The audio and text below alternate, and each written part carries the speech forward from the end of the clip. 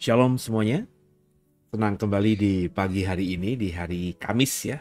Kita bisa bersua dan kembali saya mengajak kita untuk belajar mendalami kebenaran firman Allah.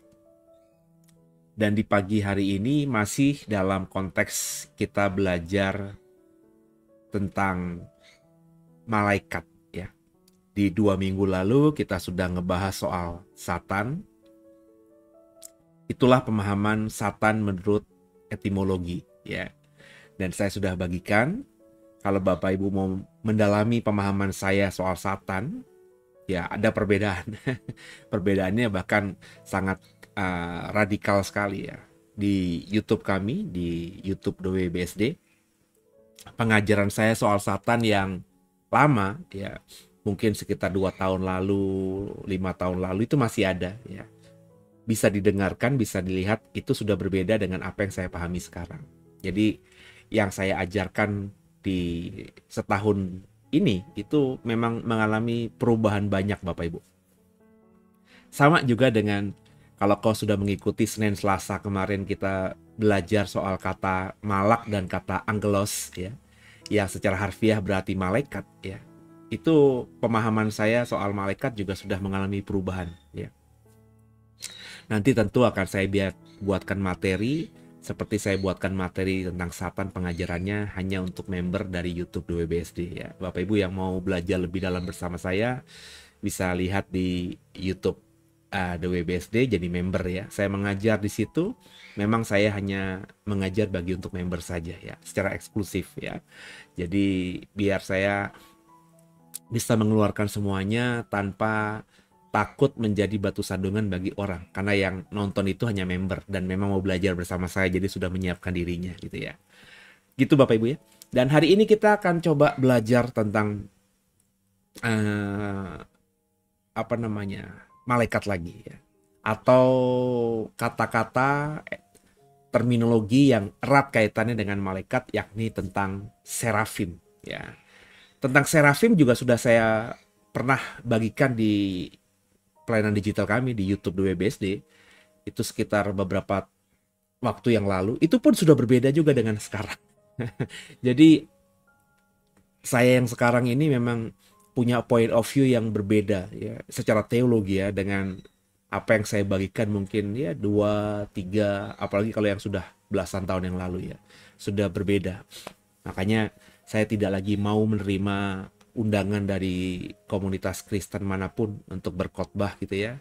Karena saya tahu pemahaman saya sudah agak berbeda dari ajaran yang mainstream gitu ya. Saya nggak mau jadi batu sandungan, saya nggak mau jadi apa ya, jadi uh, orang yang nanti membuat orang bingung gitu ya. Jadi saya hanya mengajar di sini aja gitu ya. Dan tentu di gereja kami, jadi orang-orang yang mau belajar khusus bersama saya, ya silahkan join ya Bapak Ibu ya. Oke, kita sebelum mulai akan doa dulu. Ya, minta hikmat dari Roh Kudus, supaya apa yang kita dengarkan, kita mau pelajari di hari ini jadi berkat ya. Oh ya, sebelumnya saya minta maaf, kemarin hari Rabu tidak ada live sama sekali. Kita libur karena ya apa, Chinese New Year gitu ya. Sebenarnya materinya sudah ada, sudah saya siapkan, sudah mau rekaman juga, cuma saya pikir udahlah diliburkan aja kita. Oke, kita mulai lagi di hari Kamis ini. Kita tundukkan kepala dulu. Bapa yang baik, kami mengucap syukur pagi hari ini kami boleh bangun semua karena anugerah-Mu. Terima kasih Bapa buat kesempatan untuk kami bisa menjadi pribadi yang jauh lebih baik lagi hari ini. Maka berkati kami, urapi kami, sehingga setiap pikiran yang kami ekspresikan lewat tindakan sepanjang hidup kami di hari ini paling tidak, semua yang kami kerjakan bisa jadi berkat bagi banyak orang, dan di atas segala-galanya menyenangkan hati-Mu. Saat ini kami mau baca, belajar, merenungkan satu topik tentang serafim yang ada di Alkitab. Berikan kami kebenaran-Mu, rema-Mu, sehingga setelah selesai kami mengikuti program ini, pemahaman kami tentang serafim menjadi tajam, menjadi benar, dan tentunya sedikit banyak akan mempengaruhi iman kami berikutnya. Berkati setiap yang hadir dalam berkat-Mu, dalam kasih-Mu, di dalam nama Yesus Kristus kami sudah berdoa. Haleluya. Amin. Oke, Bapak Ibu biji mata Tuhan, kita siapkan hati kita ya. Sekali lagi, kalau Bapak Ibu sudah mengikuti saya bertahun-tahun, belasan tahun, Bapak Ibu harus siapkan kantong anggur yang baru hari ini ya. Seperti saya bilang, hari ini kita ngebahas soal serafim ya. Dan soal serafim ini saya sudah mengajar ya. Ada pertinggalnya di YouTube, tidak saya take down ya. Tapi pengajaran serafim saya yang dulu dengan yang sekarang itu sudah berbeda.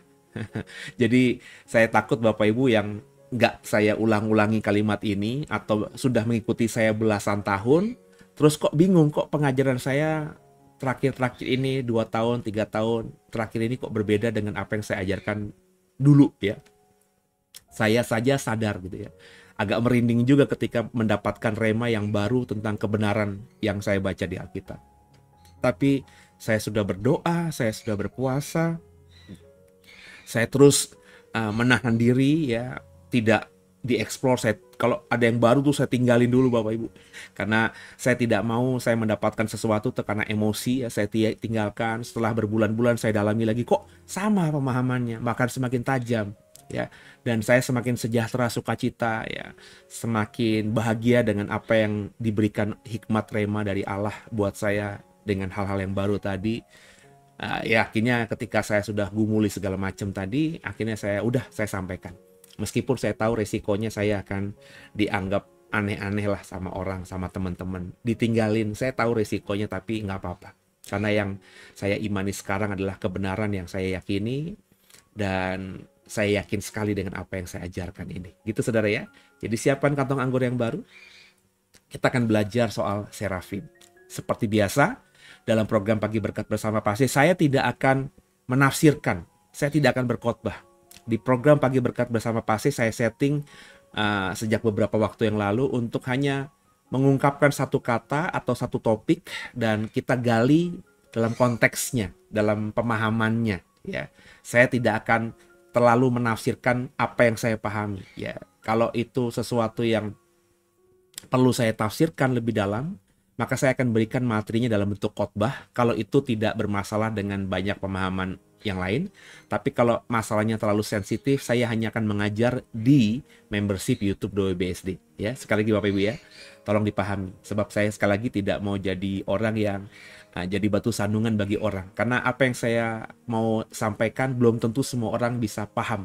Kalau ibu bapak sudah mengikuti lama saya, ya, maka cara berpikir saya, cara berteologi saya, cara saya memahami sesuatu tentang satu kata di Alkitab, tentu sudah mengerti. Tapi banyak orang kan yang baru kenal saya.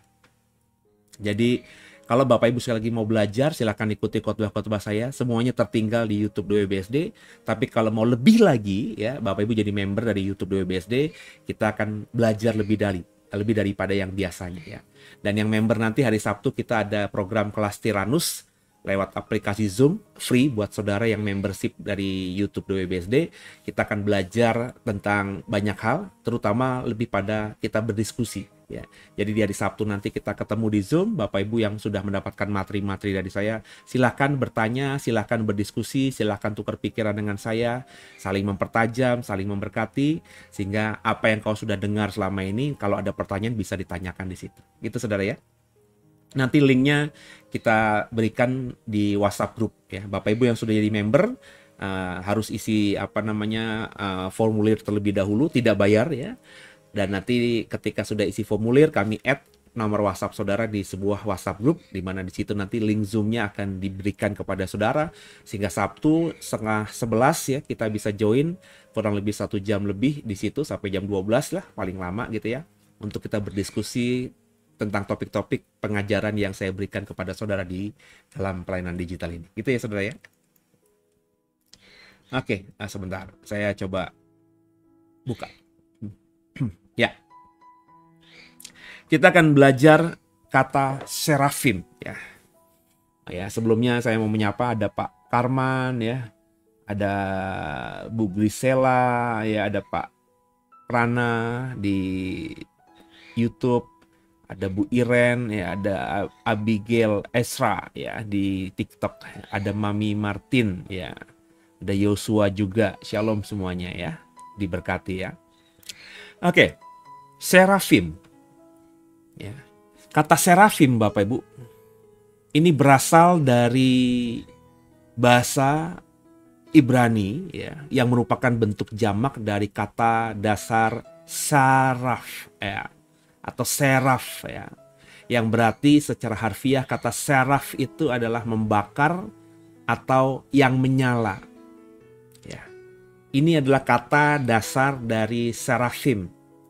Sekali lagi, kalau Bapak Ibu sudah ikuti program ini beberapa kali, kalau kita membaca bahasa Ibrani, sebuah kata bahasa Ibrani, terus kita mendengarkan ada im di belakangnya, ada akhiran im, ya, itu berarti bentuknya jamak. Elohim, ya, terus Mahanaim, ya, itu semuanya berarti akhirnya jamak. Termasuk serafim. Keruvim, ya, keruvim ini kita akan belajar besok ya Bapak Ibu ya. Nah, imnya, akhiran im itu menandakan bahwa ini adalah bentuk jamak. Jadi kalau serafim, imnya jamak, berarti kata dasarnya seraf tadi, yang arti harfiahnya adalah membakar atau menyala. Nah, dalam Alkitab Bapak Ibu, serafim adalah, ini dianggap ya, serafim adalah makhluk surgawi yang muncul dalam Yesaya 6 ayat 1-7 sebagai pelayan Allah di hadapan tahtanya. Nah, saya tidak akan membaca Yesaya 6 ayat 1-7. Bapak Ibu silahkan nanti sambil dengarkan saya buka Alkitabmu, baca Yesaya 6 ayat 1-7. Tapi saya akan bahas meskipun tidak saya baca keseluruhan ayatnya. Oke ya. Jadi dari Yesaya 6 ayat 1-7, kita paham, bahkan kita akhirnya menafsirkan, punya pemahaman bahwa di surga, dengan kita imani di surga itu ada tahta Allah. Di situ ada makhluk yang namanya serafim. Ya. Nah, dari Yesaya 6 ayat 1-7 inilah mulai terbentuk pemahaman orang Kristen, gereja, tentang siapa sih serafim. Ya. Jadi tafsir soal serafim muncul dari teks ayat ini. Ya. Ada Bu Shirley Rahel ya, shalom Bu. Ya, kita sedang belajar soal serafim. Nah, itulah pemahaman dasar dari kata serafim. Tugas mereka apa? Coba saya cek dulu Bapak Ibu. Jangan-jangan ada teks sebelumnya. Oh, nggak ada kayak ya. Nah, tugas serafim kalau kita lihat dari Yesaya pasal 6 ayat 1-7 itu bisa kita temukan di ayat yang ketiga ya. Demikian firman Allah. Memuliakan Allah dengan menyatakan kekudusannya. Ya. Itu tugas serafim. Ya. Kenapa? Karena ada kalimat di dalam Yesaya 6 ayat 3. Mereka berseru, kudus, kudus, kuduslah Yahweh semesta alam. Seluruh bumi penuh kemuliaannya. Jadi kalau kita baca dalam Yesaya 6 itu, makhluk yang namanya serafim, yang dilihat Yesaya dan dinamakan serafim itu, atau kalau kata dasarnya tadi menyala, ya, membakar ya, itu terbang gitu ya di sekitar tahta Allah sambil teriak kudus, kudus, kuduslah Yahweh, kuduslah Allah ya, kuduslah Tuhan, Tuhan huruf besar terjemahan LAI begitu ya, semesta alam, seluruh bumi penuh kemuliaannya. Jadi dari kalimat ini yang ada di Yesaya 6 ayat 3 ini, akhirnya banyak orang ketika membaca itu memahami dan menafsirkan bahwa tugas serafim itu memang untuk memuliakan Allah dengan menyatakan kekudusannya. Karena mereka digambarkan berterbangan di sekitar tata Allah sambil terus berseru-seru, kudus, kuduslah Yahweh gitu lah. Maka ditafsirkan, oh ini berarti makhluk yang terus-menerus tugasnya memuliakan Allah. Makanya nggak heran Bapak Ibu, ketika orang dulu mencari tahu ya, berusaha menafsirkan Satan itu siapa, Satan itu tugasnya sebagai apa. Mereka berpikir bahwa Satan itu salah satu kelompok dari serafim. Ya. Ada yang mengatakan kan, Bapak Ibu pernah dengar nggak ada pendeta yang mengatakan gini, dulu di surga itu yang memuji Allah adalah Satan. Ya, mereka pakai bahasa Lucifer gitu ya. Lucifer itu diciptakan untuk memuji Allah, dekat dengan tata Allah.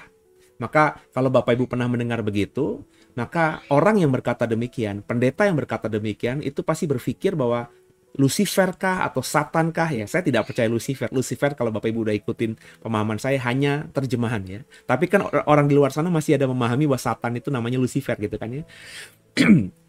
Mereka itu Satan atau Lucifer itu adalah salah satu pemimpin tertinggi dari serafim. Nah, tapi karena dia sombong, dia akhirnya mau menjadi seperti Allah, dia berontak dan dia akhirnya diusir dari surga. Maka setelah itu Allah menciptakan manusia. Manusia diciptakan untuk menyembah Allah. Amin. Bapak Ibu ada nggak ya yang pernah dengar begitu? Maka kita diajarkan si pendeta itu untuk menjadi manusia, untuk menjadi makhluk yang senantiasa memuji, bersyukur, memuliakan Allah di atas segala-galanya. Ya itunya benar. Itunya benar tuh maksudnya untuk memuji Allah, menyembah Allah. Tapi manusia itu diciptakan bukan karena Satan itu jatuh dalam dosa. Satan dulu dipahami sebagai pemuji di surga, terus karena jatuh, surga nggak ada lagi pemuji, Allah nggak lagi ada yang memuji-muji, maka Allah kemudian menciptakan manusia setelah Satan dilempar ke bumi. Nggak begitu. Ini dua hal yang berbeda. Kalau manusia diciptakan salah satu untuk menunjukkan diri sebagai makhluk yang memuji Allah, saya percaya aja. Karena bagi saya di antara semua makhluk hidup yang ada yang bisa memuji Allah kan cuma manusia. Benar ya saudara ya? Ya kita imani gitu. Saya nggak tahu pohon-pohon itu memuji Allah gimana caranya ya. Saya nggak pernah lihat ekspresinya, nggak pernah lihat dia joget-joget. Ya joget-joget pohon kalau ada angin iya, daun-daunnya, ranting-rantingnya bergerak. Tapi kalau nggak ada kan nggak. Kalau kita kan memuji Allah nggak perlu ada angin, nggak perlu ada yang menggerakkan kita. Kita kalau mau gerakan memuji Allah ya kita bisa. Ya. Makhluk hidup yang lainnya, binatang-binatang, mungkin dia bisa memuji Allah. Saya nggak tahu juga. Mungkin ketika serigala, oh itu sedang memuji Allah. Tapi kok serigala itu hanya au doang gitu ya. Maksud setiap dia au itu artinya memuji Allah. Padahal kalau kita nonton National Geography atau tentang flora dan fauna, ya serigala itu ya kalau mau manggil siapapun ya dengan au gitu ya. Tapi kalau manusia memuji Allah kan dia bisa mengeluarkan kata-kata yang memang ditujukan untuk memuji Allah. Jadi kalau manusia itu diciptakan Allah sebagai makhluk yang untuk memuji dia, saya sih percaya saja. Karena saya memang harus memuji dia. Semanusia yang sadar siapa dirinya dan Allah itu siapa, harus memuji Allah gitu ya. Tapi bukan berarti kemudian kita bisa berkata manusia diciptakan untuk memuji Allah karena Satan itu sudah jatuh dalam dosa. Sehingga nggak ada lagi pemuji. Ya, maka Allah menciptakan manusia. Ini dua hal yang dicocok logikan. Ada benarnya, tapi karena dipaksakan itu namanya memperkosa firman. Itu yang berkali-kali saya berkata demikian. Jadi inilah tugas serafim. Ya. Tugas serafim kata banyak orang, Bapak Ibu ya. Sekali lagi ya, saya tadi udah berkali-kali, banyak orang menafsirkan bahwa serafim itu tugasnya untuk memuliakan Allah.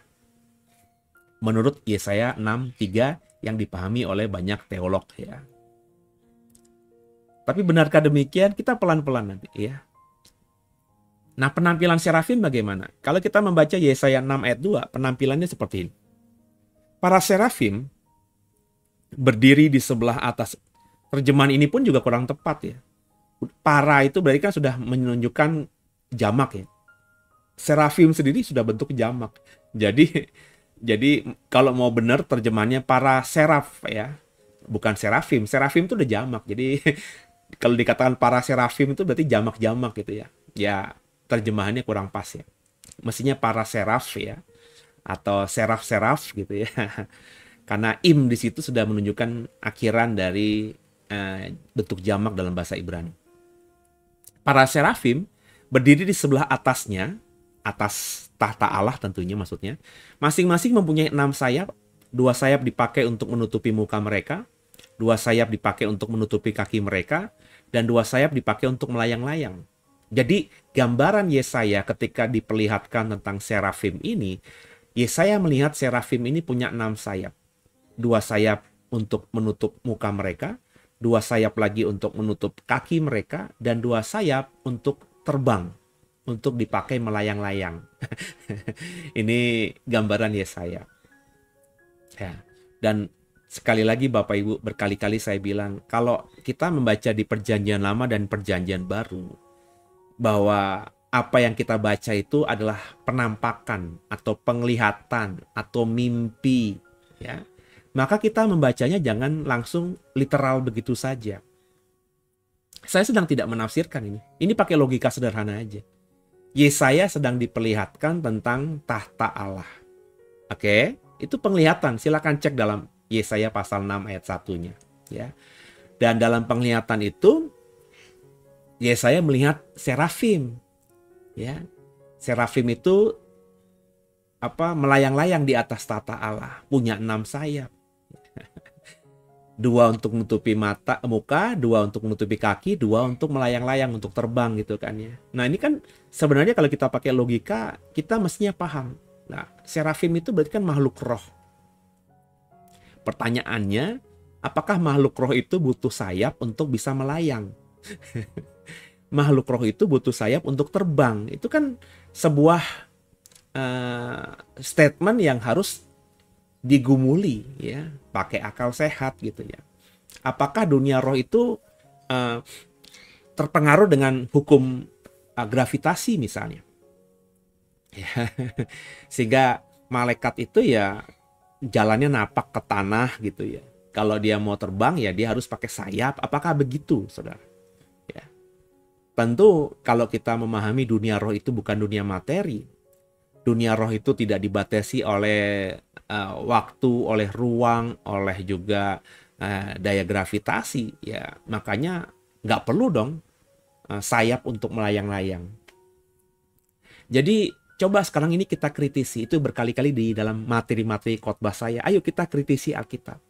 Kritisi Alkitab itu bukan berarti dicari salahnya, enggak. Alkitab itu benar, terutama Alkitab berbahasa asli.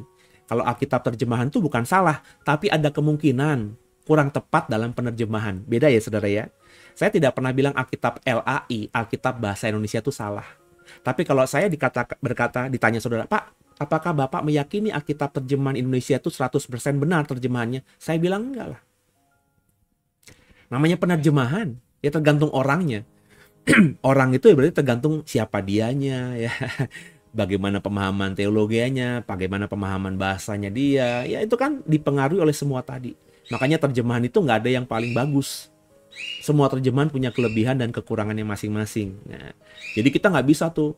Saya kalau ketemu pendeta bilang, ini Alkitab terjemahannya paling bagus, saya cuma senyum-senyum aja. Ya. Sebab bagi saya tidak ada terjemahan paling bagus. Ya. Yang membuat, yang menerjemahkan tentu berkata terjemahanku paling bagus. Tapi berkata terjemahanku paling bagus itu terlalu gimana? Ya.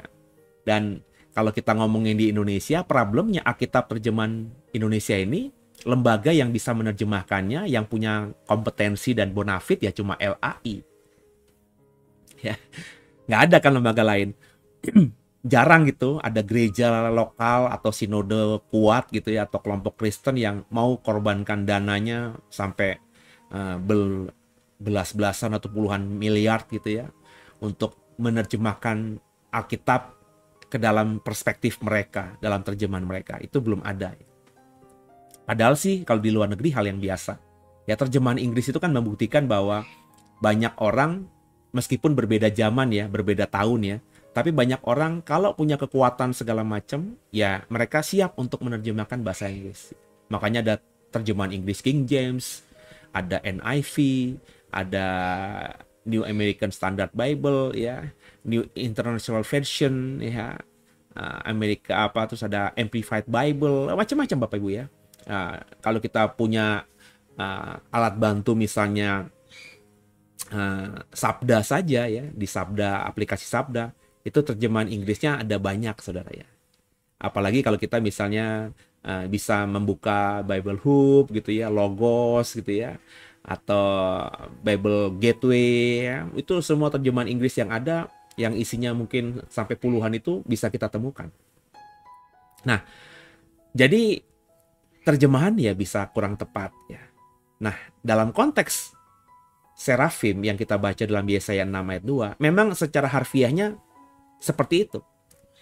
Penampilan dari serafim yang dilihat Yesaya seperti itu. Tapi apakah serafim itu memang seperti itu? Nah itu. Karena ini kan penglihatan Bapak Ibu. Ya, penglihatan dari seorang nabi yang namanya Yesaya yang hidup di zaman dulu. Kalau bagi saya Bapak Ibu ya, bagi saya ya, kalau misalnya kita yang dapat penglihatan itu hari ini di 2025, saya yakin, saya selamat yakin, tidak lagi kita diberikan penglihatan malaikat itu bentuknya punya sayap dan terbang. Kenapa? Karena hari ini kalau Bapak Ibu suka teknologi, teknologi terbang itu sudah dimiliki oleh manusia. Ya, ya. Bahkan saya yakin 5 tahun, 10 tahun mendatang, tentara-tentara ya mungkin digunakan pertama kali nanti secara massal oleh tentara gitu ya. Tentara-tentara itu untuk pindah tempat dari satu titik ke titik lain kalau berperang ya, itu tidak lagi akan berjalan kaki seperti perang dunia pertama, kedua. Mungkin nggak akan gunakan lagi mobil atau truk gitu ya. Tapi pasti dengan alat bantu tadi. Bapak Ibu sudah pernah lihat ya, yang seperti teknologinya seperti Iron Man begitu ya. Cuman di sini teknologi yang 2025 masih kelihatan ada tabung-tabung gasnya gitu ya. Apa dorongan udara ke bawah gitu ya.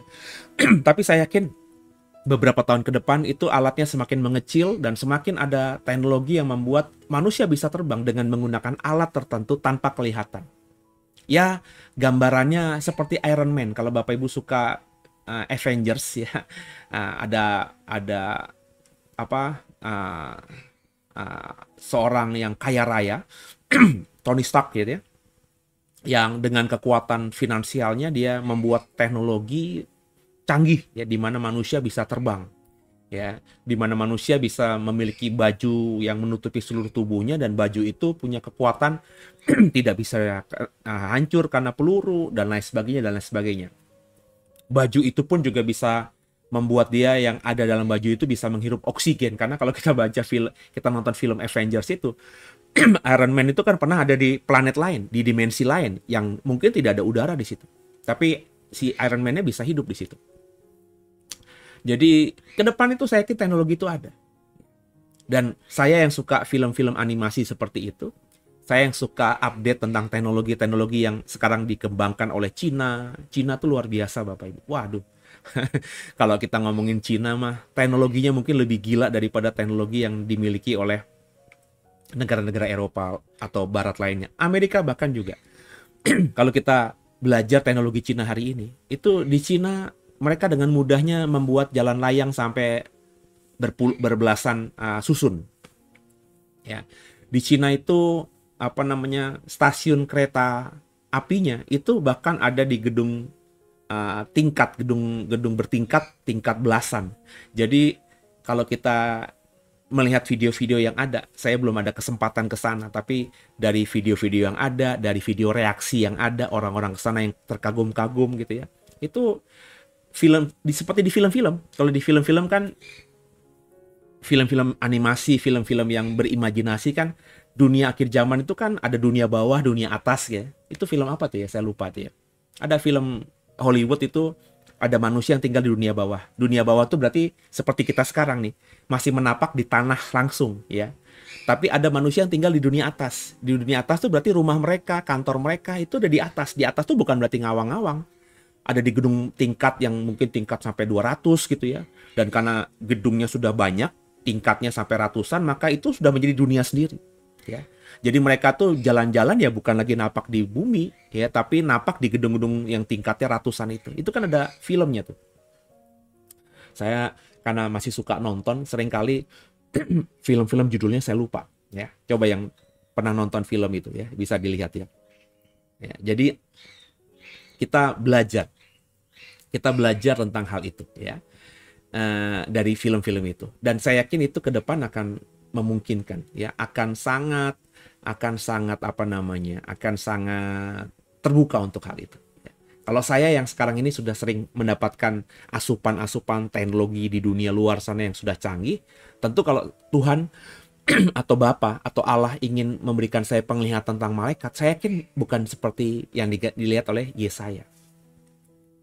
Yesaya melihat malaikat itu bisa terbang karena tidak ada manusia zaman itu yang bisa terbang. Yesaya melihat malaikat itu bisa terbang menggunakan sayap karena Yesaya yang hidup zaman dulu itu makhluk hidup yang bisa terbang selalu semuanya bersayap. Burung di udara, semuanya bersayap. Maka mereka berimajinasi, manusia-manusia zaman dulu berimajinasi bahwa kalau ada manusia bisa terbang, itu manusia yang lebih atau makhluk yang lebih hebat daripada manusia biasa. Dan kalau bisa terbang pasti punya sayap. Nah itu kan pemahaman zaman dulu Bapak Ibu. Zaman sekarang mah nggak begitu. Bahkan di IKN ya, di Nusantara, di ibu kota kita nanti. Itu kan Presiden Jokowi kemarin sama sekarang nih Prabowo juga kan sedang mengembangkan teknologi hijau ya. Apa namanya, alat transportasi yang menggunakan teknologi hijau. Itu kan sedang dikembangkan. Entah gimana kelanjutannya saya juga nggak tahu. Dulu kan gembar-gembor. Nanti di IKN itu ada taksi drone atau semuanya tidak lagi berbahan bakar fosil. Jadi tidak ada lagi mobil di sana yang pakai solar gitu ya, pakai bensin, semuanya sudah mobil listrik dan kemudian juga teknologinya teknologi green gitu ya. Maka di Cina kan sudah ada itu. Apa taksi ya, taksi drone namanya. Atau ya kita mau misalnya saya di Serpong ini mau ke Jakarta karena lewat tol macet, saya pakai mesen taksi gitu ya, pakai drone, drone-nya datang ke titik di rumah saya, kan di Google Map kan ada presisi rumah saya sampai di depan rumah saya naik, terus saya tinggal mesennya kemana. Kalau misalnya ke Sarinah ya, maka saya akan arahkan drone itu ke Sarinah ya, Sarinah di Jakarta. Maka saya akan terbang seperti naik helikopter, tapi bukan helikopter, namanya drone gitu ya. Dan saya akan sampai di Sarinah, jatuh atau bukan jatuh ya, turun di titik yang memang di situ ya. Ada mungkin disiapkan tempat di rooftopsnya atau di titik di mana drone itu bisa turun di situ dan saya bisa keluar dan ke Sarinah dalam hitungan yang cukup cepat ya. Itu di IKN kan begitu, direncanakannya kan begitu. Saya nggak tahu teknologi taksi drone atau mobil drone itu sudah sampai kemana infonya ya. Saya cari-cari di IKN belum ada update yang terbaru. Nah, jadi tentu kalau saya dapat penglihatan tentang malaikat, Bapak Ibu sekarang ini dapat penglihatan soal malaikat, saya yakin Bapak Ibu tidak akan terpesona kalau dapat penglihatan ada makhluk yang bisa terbang gitu. Pakai sayap pula gitu ya. Bagi saya itu hal yang biasa aja gitu ya. Jadi ayo sama-sama kita belajar ya. Ya ada Bu Shelly. Cina sekarang akan hadirkan di Indonesia transportasi terbang tanpa awak yang berukuran kecil. Nah itu tadi ya. Taksi drone tadi ya. Di Cina sudah ada tuh, sudah jalan ya. Jadi maksud saya kan saya selalu berkata bahwa Allah itu ketika bicara dengan manusia ya dengan kapasitas manusia, dengan kemampuan berpikir manusia di zamannya itu. Jadi karena ini yang lihat Yesaya hidup di zaman jadul ya. Kira-kira Yesaya itu kan berarti hidup di sekitar 2500 2600 tahun yang lalu gitu ya. Ya, tentu ya belum ada ya teknologi secanggih sekarang ini. Masih masyarakat yang sangat ya relatif primitif. Alat transportasinya masih kereta kuda, ya kan? Nggak ada itu alat bantu lain. Masih menggunakan binatang, ya. Semuanya masih sangat ya tradisional lah hari-hari ini. Kita kalau naik delman, naik kereta kuda sekarang ya untuk tamasya doang ya. Kalau ke Jogja itu kalau ke Malioboro ya ada delman yang bisa bawa kita. Tapi ya cuma itu doang kan. Nggak ada lagi orang sekaya-kayanya orang naik. Sultan aja punya kereta kuda banyak bagus-bagus semuanya. Punya kuda peliharaan juga bagus-bagus semuanya. Tapi kan Sultan kemana-mana nggak naik kereta lagi. Kecuali dalam upacara-upacara tertentu. Tapi kalau dalam keseharian ya, sultan atau raja-raja yang ada juga semuanya pasti menggunakan mobil gitu ya. Nah, itulah penampilan mereka kalau kita baca Yesaya 6 ayat 2. Dua sayap menutupi muka itu ditafsirkan oleh gereja sebagai tanda hormat kepada kekudusan Allah yang tidak terjangkau. Sekali lagi, ini tafsiran yang ada. Jadi saya hanya mengutip saja. Nggak ada di kalimat di Alkitabnya dua sayap itu untuk tanda kehormatan kepada Allah yang kudus. Nggak, itu hanya tafsir dari gereja, tafsir dari teolog ya. Ada nggak kemiripan dengan tafsir para rabi-rabi Yahudi? Ya tentu ada kemiripan ya, karena mereka sedang menafsirkan sebuah teks yang sama dengan cara berpikir dan cara penafsiran mereka ya. Dua sayap yang menutupi kaki itu sebagai lambang kerendahan diri di hadapan Allah. Sekali lagi ini tafsir. Masuk akal nggak? Masuk akal. Namanya tafsir itu harus masuk akal dong. Kalau nggak masuk akal ya kita yang mendengarkan atau membaca tafsiran orang lain ya pasti nggak akan percaya. Ngarang-ngarang aja, orang nggak sesuai gitu kan. Kemudian dua sayap melayang-layang melambangkan kesiapan untuk melayani Allah. Jadi kalau melayang-layang berarti kan sudah ready kan. Disuruh kemana aja siap gitu ya. Nah inilah tafsir gereja teologia tentang 6 sayap yang dimiliki oleh serafim. Ya. Jadi serafim itu digambarkan penampilannya seperti itu, punya 6 sayap yang diartikan, ditafsirkan 6 sayap itu punya fungsi masing-masing. Ya. Nah inilah pemahaman orang tentang serafim, Bapak Ibu.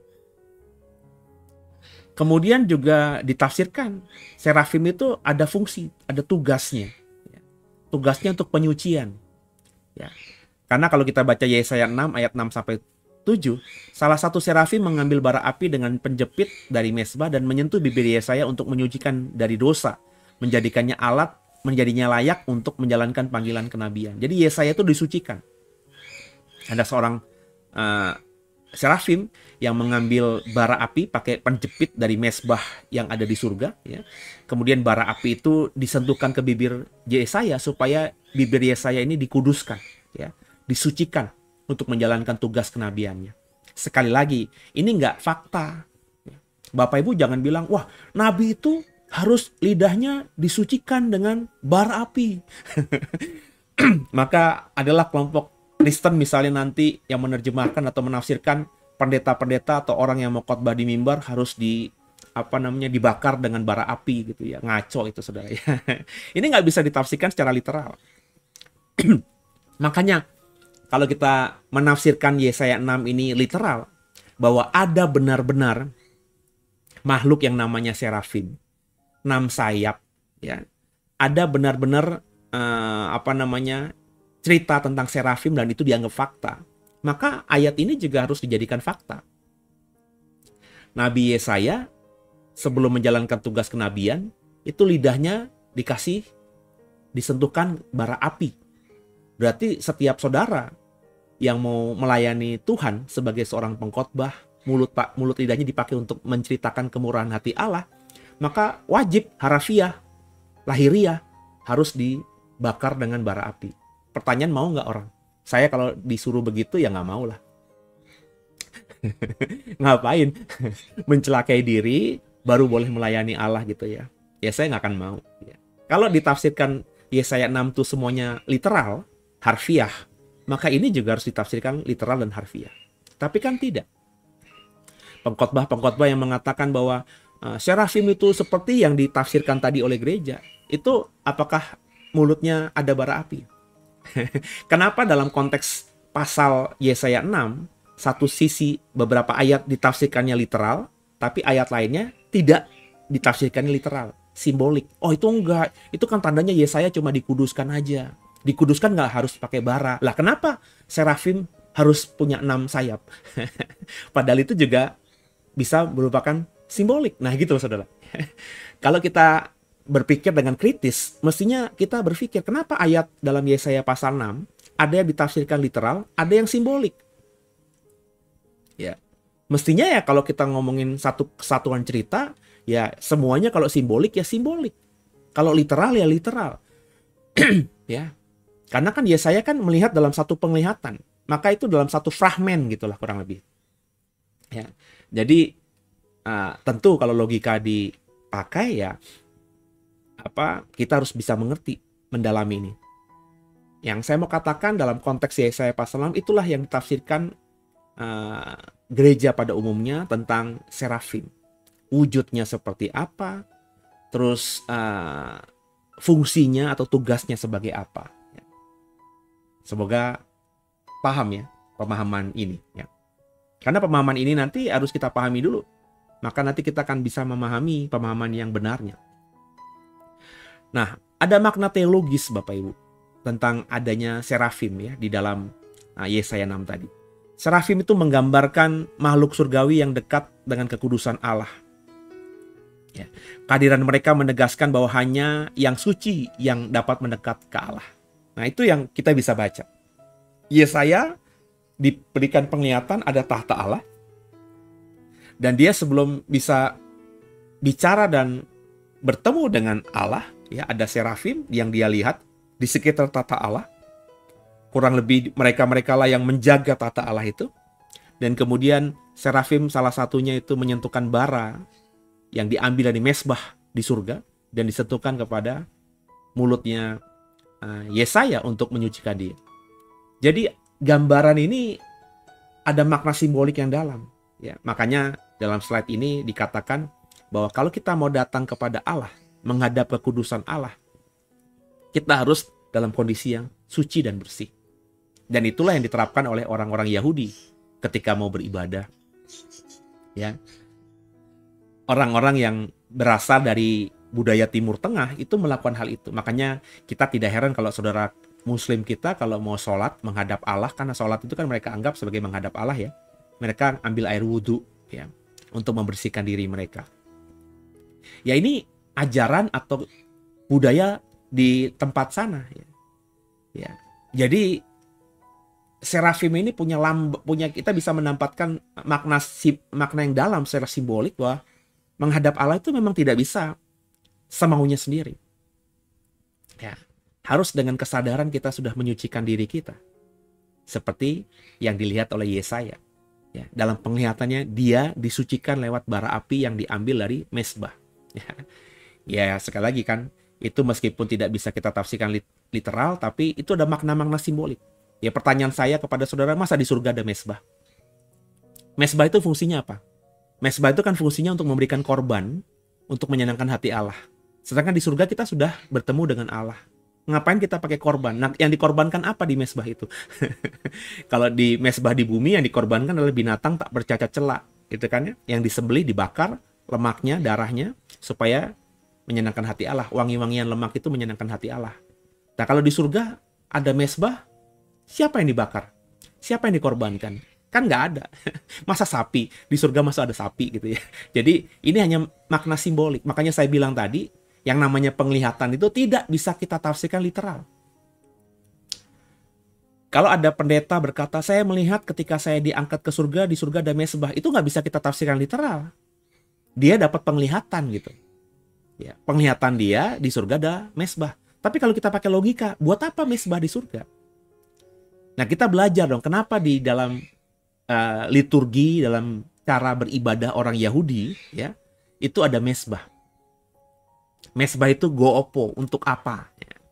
Sekarang ini di gereja, meskipun tidak ada mesbah, tapi kan dalam konteks pengertian mesbah, itu kan ada di gereja. Gereja dalam setiap ibadahnya memberikan kesempatan kepada saudara untuk memberikan persembahan. Nah, persembahan di zaman dulu, itu kan bukan uang. Ya, zamannya Musa itu belum ada uang yang seperti sekarang. Ya.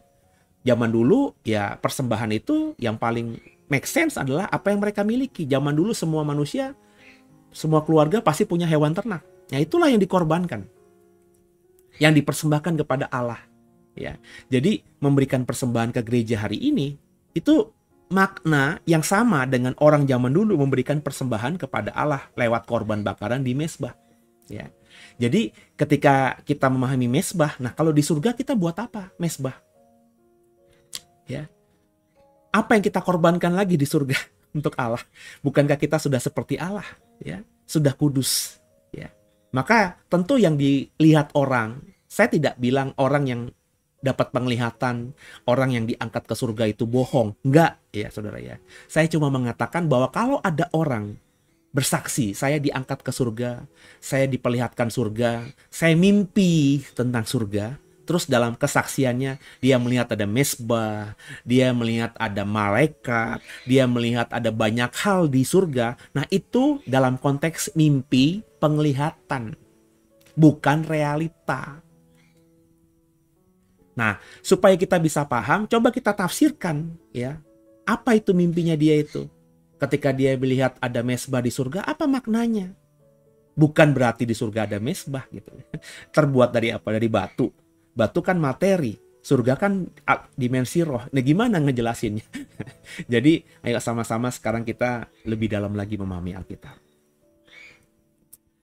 Oke, serafim sering disamakan dengan malaikat, tapi mereka mungkin merupakan golongan makhluk surgawi yang berbeda karena, nah ini, ya. Jadi banyak orang akhirnya memahami serafim ini mungkin kelompok malaikat, tapi mereka berbeda dengan malaikat. Kenapa? Karena tugas khusus mereka berbeda dengan malaikat. Biasa yang sering menjadi utusan, karena kata malak, kata angelos kan artinya utusan ya, orang yang disuruh gitu kan ya. Sedangkan kalau serafim ya, itu tampaknya berfungsi sebagai penjaga kekudusan Allah dan pemuji di hadapan tahtanya. Iya kan Bapak Ibu ya? Ini yang dibaca dari Yesaya 6 tadi. Maka akhirnya banyak teolog yang mendalami soal angelologi atau demonologi, ya, makhluk-makhluk roh ini, menjelaskan bahwa serafim ini kemungkinan besar sih kelompok malaikat, tapi beda. Sebab kalau malaikat itu ya tugasnya diutus, diperintahkan. Sedangkan serafim ini kelompok malaikat tertentu yang fungsinya sudah jelas. Apa itu? Menjadi penjaga kekudusan Allah. Kenapa? Karena dalam Yesaya melihat di tahta Allah, serafim lah yang melayang-layang di sekitar tahta itu dan teriak kudus, kudus, kudus, kudus. Dan kemudian Yesaya disucikan oleh serafim lewat bara yang diambil dari mezbah di surga, dan bara itu disentuhkan ke lidah Yesaya untuk Yesaya dikuduskan. Jadi serafim itu punya fungsi dan tugas khusus menjaga kekudusan Allah, ya, tahta Allah, dan sekaligus jadi pemuji di hadapan tahtanya. Itulah tafsir gereja kebanyakan soal serafim. Jadi kalau Bapak Ibu juga mencari di YouTube nanti khotbah saya, materi saya soal serafim yang saya sharingkan mungkin beberapa tahun yang lalu, itulah pemahaman saya tentang serafim.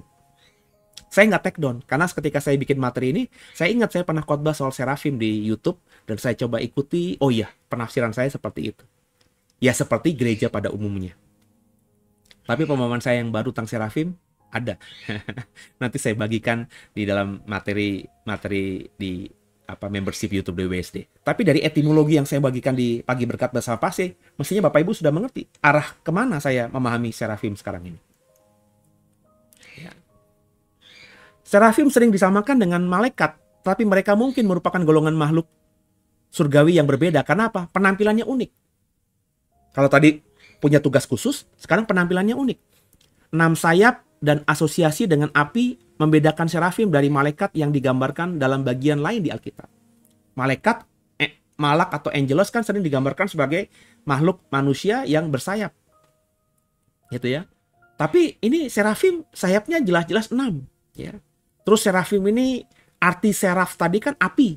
Dan serafim juga kita tahu tadi membawa bara. Bara itu tentu bara yang terbakar, ya, bara yang membara, terus menyucikan mulutnya Yesaya. Jadi asosiasinya serafim itu dengan api.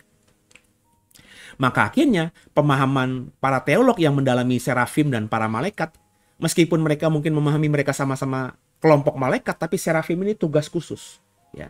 Secara tugas beda dengan malaikat yang hanya utusan, dan juga penampilannya juga unik sendiri. Beda dengan penampilan malaikat biasa.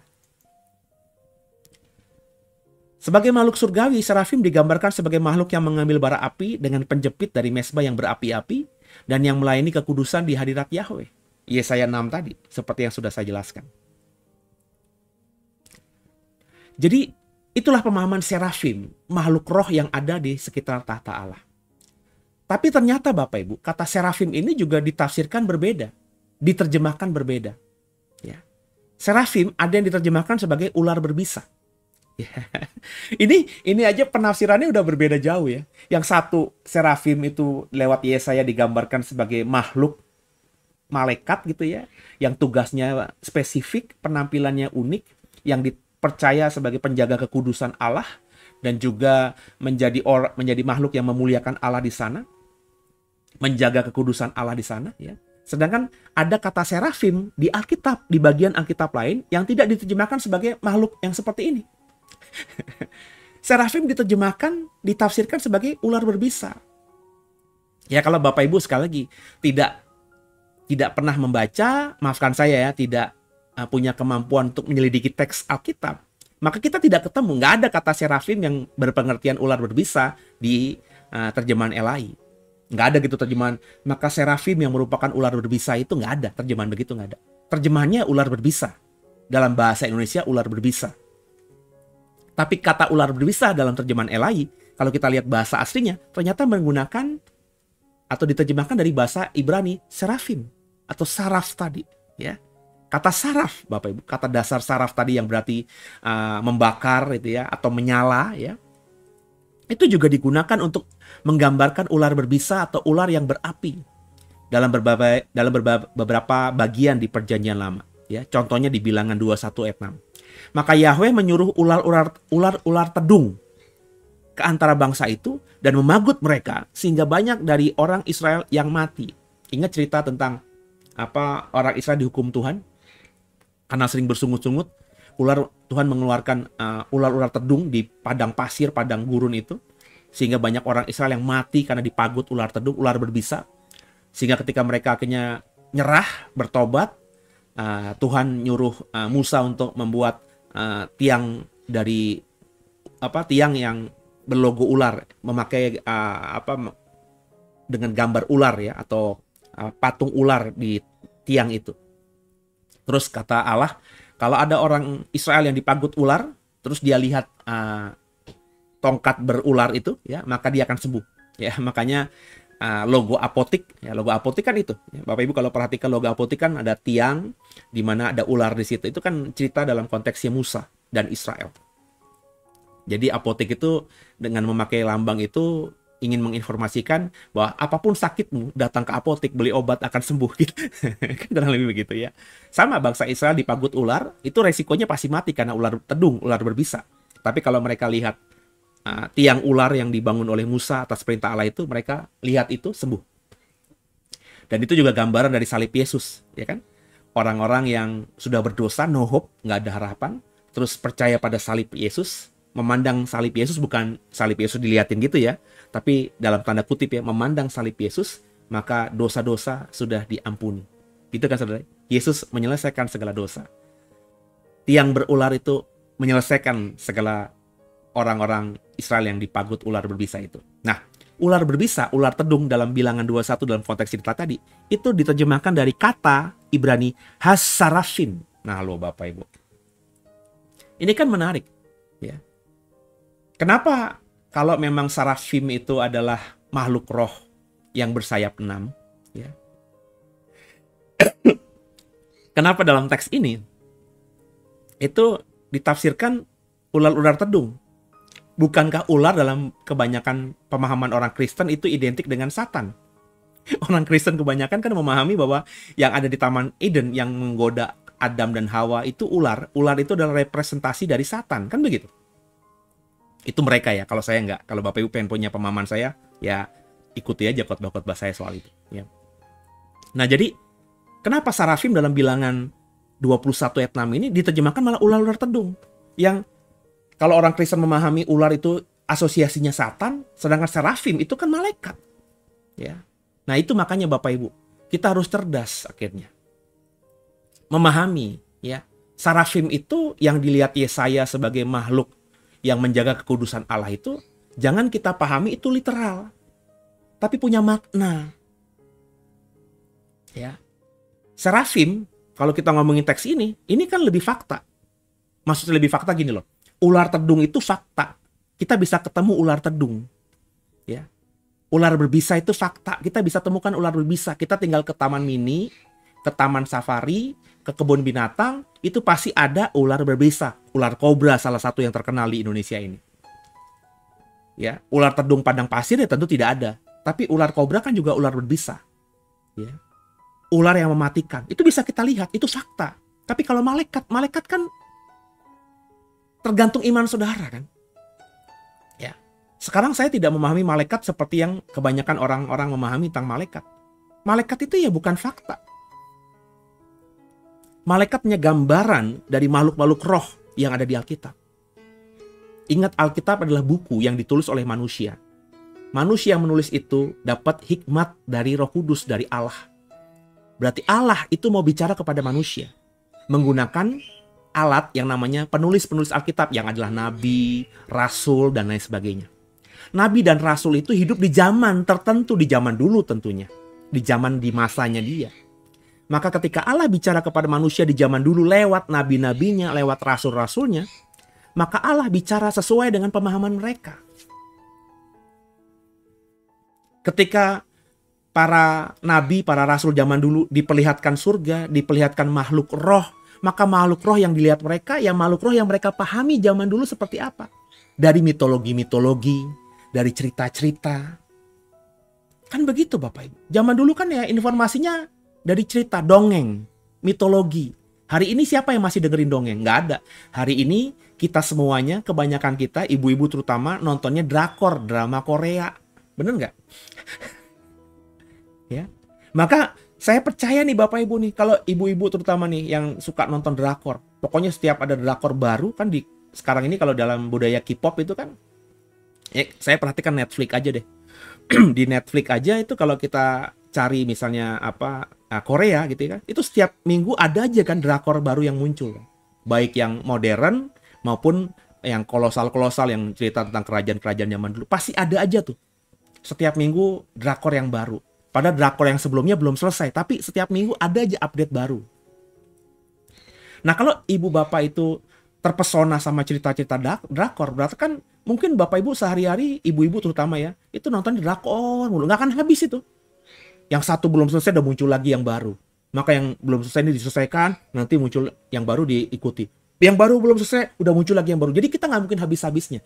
Kalau duniamu dunia drakor, terus Allah ingin berbicara denganmu, maka tentu saya yakin Allah akan berbicara lewat mimpi dalam tidurmu. Apa yang kau pahami tentang drakor itu? Yakin saya. Allah nggak mungkin bicara kepadamu tentang Marga Satwa. Sebab kau nggak paham. Yang kau paham tuh Lee Min Ho, Song siapalah gitu ya. Saya kan nggak terlalu gimana sama drakor ya. Yang kau lihat itu kan ya artis-artis Korea yang mukanya mirip semuanya itu ya. K-pop yang memang mempengaruhi pikiran kita, maka Allah akan bicara kepada kita lewat itu. Mungkin Allah akan bicara kepada kita lewat sebuah lagu surgawi yang mirip dengan lagu-lagu nada-nada K-pop. Ya karena kita seperti itu. Ya, ya karena faktanya ya sama serafim ya itu Yesaya melihat makhluk surgawi dekat dengan tata Allah namanya serafim. Sedangkan di dalam kitab lain, dalam kitab Bilangan, serafim itu digambarkan sebagai ular. Yang fakta mana? Yang dilihat Yesaya dalam penglihatan atau yang disampaikan oleh Musa dan Israel yang mereka merasakan ada yang mati gara-gara serafim ini. Serafim yang ular berbisa kan? Serafim yang ular tedung kan yang fakta. Jadi ketika kita melihat serafim yang dilihat Yesaya, kita membaca teks Yesaya 6, Yesaya mengatakan di surga ada serafim. Nah, serafimnya itu harus kita tafsirkan. Jangan kita langsung sampaikan bahwa di surga ada malaikat punya sayap 6. Ya. Terus kita ilustrasikan di kepala kita nutup mata. Nah, itu saya dulu begitu, tapi enggak dong. Serafim ternyata ular tedung. Ya. Karena kata saraf itu berarti menyala, berapi. Ular tedung itu kalau memagut kita, kan kita akan kepanasan, merasakan sesuatu hawa yang panas, dan akhirnya kalau api dan panas itu kan bisa membunuh juga. Nah, itulah gambaran sarafim, ya, gambaran ular tedung. Ya. Orang-orang zaman Musa memberi nama ular tedung dengan kata sarafim karena mereka memahami ada kata saraf itu yang artinya panas. Panas. Kenapa? Itu panas, ada binatang yang memagut aku panas. Oh, itu sarafim. Ya. Beda dengan ular biasa. Ya, itu sarafim, ular tedung, ular berbisa. Nah, kurang lebih begitu Bapak Ibu. Ya. Coba kita cek lagi di ayat lain. Istilah saraf digunakan dalam Alkitab Ibrani untuk menggambarkan ular berapi. Yang dimaksud adalah ular berbisa yang menyerang bangsa Israel di padang gurun, Bilangan 21 tadi. Narasi ular yang berapi di padang gurun melambangkan penghakiman ilahi dan perlunya pertobatan. Ya kan? Makanya ada serafim yang memagut orang-orang Israel karena Allah ingin mereka bertobat. Ya. Karena Allah ingin juga menghukum mereka yang terus bersungut-sungut kepadanya. Nah, serafim ini ternyata dipengaruhi juga oleh mitologi. Oh, kalau point of view kita, pemahaman kita mau kita perluas, coba kita pahami mitologi-mitologi yang ada. Yesaya 14 ayat 29. Janganlah bersukaria, hai segenap Filistia. Karena walaupun gak ada orang yang memukul engkau sudah patah, tapi dari keturunan ular itu akan keluar ular beludak, dan anaknya akan menjadi ular naga terbang. Sarap maopep. Ada kalimat Ibrani sarah maopep. Sarap maopep ini diterjemahkan oleh LAI menjadi ular naga terbang. Nah lo Bapak Ibu, ular naga terbang. Kira-kira lewat logika saudara, ular naga terbang itu mitologi atau fakta? Kalau hari ini kita bisa berkata itu mitologi. Itu halu. Ya. Itu mitos. Karena faktanya kita nggak ketemu ular naga terbang hari ini. Tapi ada Pak di cita-cita zaman dulu dalam budaya-budaya masa lalu, ya budaya Viking gitu ya, yang memang mengatakan ular naga. Bahkan di Alkitab kita kan juga ada ular naga Pak. Ya. Ada beberapa terjemahan LAI yang ular naga, itu udah pernah saya singkapkan juga. Ya. Kenapa diterjemahkan LAI ular naga? Karena LAI nggak bisa mendeskripsikan itu apa. Drakon itu nggak bisa diterjemahkan apa. Ya. Drakon yang ada dalam budaya Perjanjian Baru itu ya dipengaruhi oleh budaya apa? Budaya Yunani dan budaya Romawi. Budaya Yunani dan Romawi itu dipengaruhi oleh budaya yang lebih tua lagi, yang percaya memang adanya mitologi namanya naga. Sekarang dalam Yesaya 14, ya, perhatikan baik-baik. Ada ular beludak. Ular beludak itu ya fakta dong, ya. Terus juga ular itu fakta. Tiba-tiba ular yang menjadi ular beludak yang kemudian anaknya menjadi ular naga terbang. Nah, ini maksudnya apa nih? Sarap meopep itu apa? Nah, sarap itu dalam teks ini disebut ular naga terbang. Ini tentu dipengaruhi oleh mitologi. Karena ular naga terbang, ular naga atau naga saja, itu sampai sekarang belum terbukti. Nggak ada gitu arkeolog yang menemukan fosil yang dipercaya dulunya adalah ular naga. Nggak ada. Ya. Jadi ini mitologi Bapak Ibu. Ya. Mitologi apa? Ya coba kita cek. Ya. Kalau kita cek beberapa budaya yang lebih tua daripada budaya kitab bilangan, budaya Musa. Ya. Coba kita baca lagi Yesaya 30 ayat 6. Ya. Ucapan ilahi tentang binatang-binatang di tanah Negeb. Melalui suatu negeri yang penuh kesesakan dan kesempitan, tempat singa betina dan singa jantan yang mengaum, tempat ular beludak dan ular naga terbang, ya, sarap meopep tadi. Mereka mengangkut harta kekayaan mereka di atas punggung keledai dan barang-barang perbendaharaan mereka di atas punuk unta kepada suatu bangsa yang tidak dapat memberi faedah. Yesaya 30 ayat 6. Kembali dalam Yesaya kita ketemu ada ular naga terbang. Sama seperti yang kita temukan tadi di dalam Yesaya 14, begitu pula dalam Yesaya 30. Sarap meopep, ular naga terbang.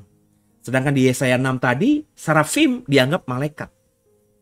Ya, di bilangan, ya, sarafim, hasarafim itu diterjemahkan ular tedung. Jadi, apa sebenarnya sarafim itu Bapak Ibu? Nah, kalau kita sudah paparkan semua fakta sarafim dan diterjemahkan apa oleh LAI, kita coba mulai merenungkan. Sebenarnya sarafim ini ngomongin apa sih? Kan begitu, saudara. Nah, dalam mitologi Mesir, ada sosok yang namanya Uraeus. Kalau Bapak Ibu Uraeus itu sudah lagi nih. Kalau Bapak Ibu lihat ada film-film atau gambaran misalnya Cleopatra atau Firaun. Firaun itu kan punya mahkota. Mahkotanya Firaun itu kan tidak seperti mahkota Raja Inggris yang ada berlian-berlian atau mahkota raja-raja di Nusantara, kan enggak. Firaun atau Cleopatra itu kan memakai tiara atau mahkota yang terus ada di ujungnya itu ada kepala ular kobra yang siap menyerang. Nah, itulah gambaran dari Uraeus, kobra yang siap menyerang. Nah, sering terlihat di mahkota Firaun melambangkan pelindungan ilahi dan legitimasi kekuasaannya. Jadi, Uraeus itu adalah mitologi ular terbang yang kemudian digambarkan itu melindungi Firaun. Maka tiara atau mahkota Firaun itu ada Uraeus, kobra yang siap menyerang. Artinya orang yang melihat Firaun, memandang Firaun jangan macam-macam. Karena kalau mau menyerang Firaun, mau menyentuh Firaun, ada perlindungan ilahi. Kobra itu kan mematikan. Zaman dulu itu kalau udah dipagut ular kobra, mati, nggak ada obatnya. Ya, hanya mujizat saja seperti orang Israel yang dipagut ular tedung di padang pasir itu, ya. Mereka bisa sembuh kalau melihat ular tembaga yang dibangun oleh Musa, ya, saudara ya. Jadi Uraeus biasanya digambarkan sebagai ular kobra dalam posisi siap menyerang. Kadang-kadang dilengkapi dengan sayap, matahari atau cakram surya di kepalanya. Ada banyak arkeolog yang menggambarkan atau mengilustrasikan Uraeus yang dulu dipercaya ada di setiap tahta, ada setiap tiara atau mahkota Firaun yang hidup di zaman dulu. Dan kalau ada cakram suryanya, ada lingkaran mataharinya gitu ya di belakang di kepala kobra di tahtanya Firaun itu, berarti dihubungkan Uraeus ini dengan Amun-Ra atau dewa matahari, dewa tertinggi orang Mesir. Ya. Jadi memang ini dipengaruhi oleh mitologi. Dan ingat orang Israel itu sangat kental dengan budaya Mesir. Ingat, mereka ratusan tahun beranak pinak hidup sebagai orang-orang yang dibuang atau diperbudak di Mesir. Ya. Jadi budaya Mesir itu nggak hilang Bapak Ibu. Masih sampai generasi-generasi, bahkan ketika mereka sudah masuk ke tanah perjanjian sampai ke Yesaya. Ya. Jadi cerita tentang bahwa dalam budaya Mesir, nenek moyang mereka bercerita, itu Firaun, raja mereka, dilindungi oleh ular. Ya. Ular berbisa. Serafim. Ya. Ular berbisa, karena tadi, kalau ada yang mau dekat-dekat, akan dipatok. Maka orang yang bisa dekat dengan Firaun itu pasti orang yang sudah murni, sudah tulus, nggak punya niatan yang macam-macam. Nah, pemahaman itulah yang ada di benak Yesaya. Sehingga Yesaya ketika melihat, diberikan penglihatan tata Allah, Allah memakai apa yang dipahami Yesaya. Maka Allah memperlihatkan inilah serafim itu. Ya. Tidak dalam bentuk ular, tapi kurang lebih sama ya pemahamannya. Melayang-layang di tata Allah, menjaga kekudusan Allah. Bahkan Yesaya pun disentuhkan bara yang diambil oleh serafim agar Yesaya layak untuk dipakai Allah. Nah, imajinasi atau pemahaman inilah ya yang mempengaruhi Yesaya. Dan akhirnya kita membaca serafim seperti apa yang kita pahami dalam Yesaya pasal 6 tadi. Jadi kalau kita belajar tentang mitologi Ureus tadi, ada kesamaan konsep antara Ureus dengan gambaran serafim dalam Alkitab. Terutama dalam peran simbolisnya sebagai pelindung dan hubungannya dengan api dan kekuatan ilahi. Api itu maksudnya panas ya, bara ya. Tadi serafim itu ular tedung bisa ya. Namun dengan tradisi Yahudi ya, dalam tradisi Yahudi, makna ini disesuaikan untuk menekankan kekudusan Allah, bukan dewa-dewa pagan. Kalau serafim, pemahaman Ureus itu pemahaman pagan atau politeisme, penyembahan banyak berhala, banyak Allah. Sedangkan serafim dalam konteks iman orang Ibrani, orang Yahudi itu hanya kepada Allah. Allah itu Ehad, Esa, ya. Makanya orang Yahudi itu monoteisme, hanya percaya pada satu Allah. Jadi Ureus yang menjaga kekudusan dewa-dewa pagan, ya, Firaun itu merupakan pemimpin orang Yahudi, orang Mesir yang menyembah banyak ilah, ya. Ureus itu menjadi pelindung dari Firaun dan juga dewa-dewa pagan, ya. Tapi dalam konteks orang Ibrani, ya, serafim itu hanya melindungi kekudusan Allah yang ehad, monoteisme. Nah, ada perbedaan iman. Orang Yahudi tidak lagi banyak percaya ilah-ilah, hanya ada satu. Ya, Allah Yahweh itu ehad. Ya. Nah, kata serafim di PL muncul dalam Yesaya 6. Memang dalam penglihatannya makhluk surgawi. Tapi dalam bilangan 21, ulangan 8, Yesaya 14, Yesaya 30, di banyak tempat lainnya, itu digambarkan sebagai ular berbisa. Nah, kalau hitungan logika aja, Bapak Ibu lebih percaya mana? Serafim yang cuma satu muncul di Yesaya 6 sebagai malaikat atau makhluk roh? Atau serafim yang muncul di banyak tempat? Di Yesaya ada Yesaya 14, Yesaya 30, di dalam kitabnya Musa ada di bilangan 21, ulangan 8, yang digambarkan sebagai ular berbisa. Ini kan pakai logika aja. Kalau Yesaya ingin menggambarkan serafim itu adalah sebagai makhluk roh, maka Yesaya tidak akan menggunakan kata serafim dalam Yesaya 14 dan Yesaya 30. Logikanya kan begitu. Ya. Berarti ketika kita mengetahui bahwa serafim itu arti harfiahnya lebih banyak kepada ular berbisa, ya, serafim yang kita pahami sebagai makhluk roh yang ada di Yesaya pasal 6, kita harus reposisi tafsiran kita. Jangan literal, tapi simbolik. Simbolik itu maksudnya apa? Yesaya memang diberikan penglihatan. Yesaya memang melihat makhluk yang namanya serafim itu. Tapi serafim itu bukanlah makhluk fakta, penglihatan. Dimaknai simbolnya. Ya, gambarannya apa itu yang dilihat Yesaya itu harus ditafsirkan. Jadi kita nggak bisa berkata bahwa di surga nanti kita akan bertemu dengan serafim. Malaikat dengan 6 sayap. 2 sayap menutup muka, 2 sayap menutup kaki, 2 sayap untuk melayang-layang. Saya berani yakin kita tidak akan bertemu dengan serafim yang wujudnya seperti itu.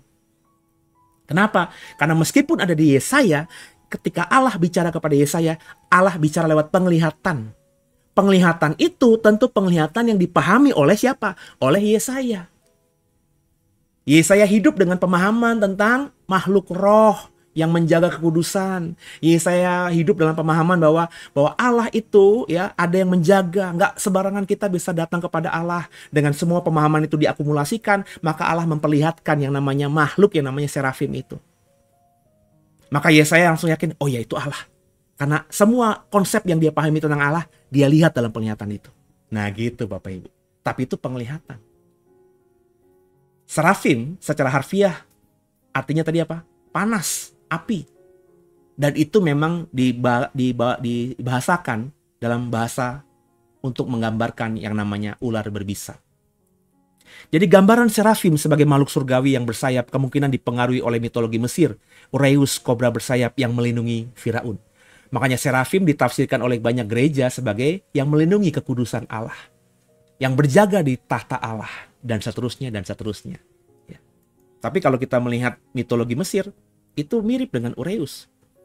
Jadi Bapak Ibu, kalau Bapak Ibu tanya kepada saya, ya, secara sederhana, saya nggak mau jelaskan panjang lebar, ya.